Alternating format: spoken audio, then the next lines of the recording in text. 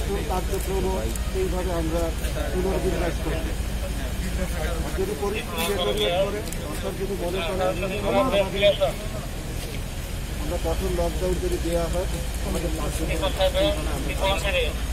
এবার আমি খুব খুশি যে অসামরিক প্রশাসন, পুলিশ প্রশাসন এবং জনপ্রতিনিধি সবার সাথে মিলে সেনাবাহিনী কিন্তু এবার অত্যন্ত ভালোভাবে কাজ করেছে। যে ফিডব্যাকটা আমি সবার কাছ থেকে পেয়েছি তাতে আমি খুব খুশি। আমার সবচেয়ে ভালো লাগছে যে আমাদের সমন্বিত প্রচেষ্টার ফলে যে আমরা কিন্তু করোনা পরিস্থিতি অনেকটা নিয়ন্ত্রণ করতে সক্ষম হয়েছি। আমরা যদি এইভাবে সবাই মিলে কাজ না করতাম এই পরিস্থিতি আরও খারাপ হতে পারত। এখনও ভালো হয়নি, বাট ইনশাল্লাহ আমি দৃঢ়ভাবে বিশ্বাস করি আমরা সবাই একসাথে কাজ করলে এবং জনগণ যদি সবাই সচেতন থাকে আমাদের এই পরিস্থিতি অনেক ইমপ্রুভ করবে। ভালো থাকে, আরও কত ভালো যাবে।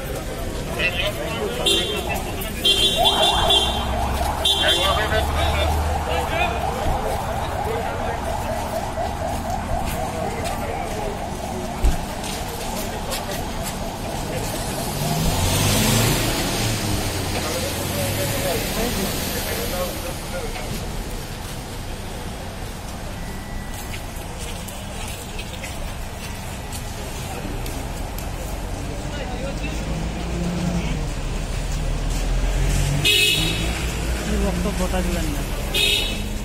লকডাউন শিথিল করা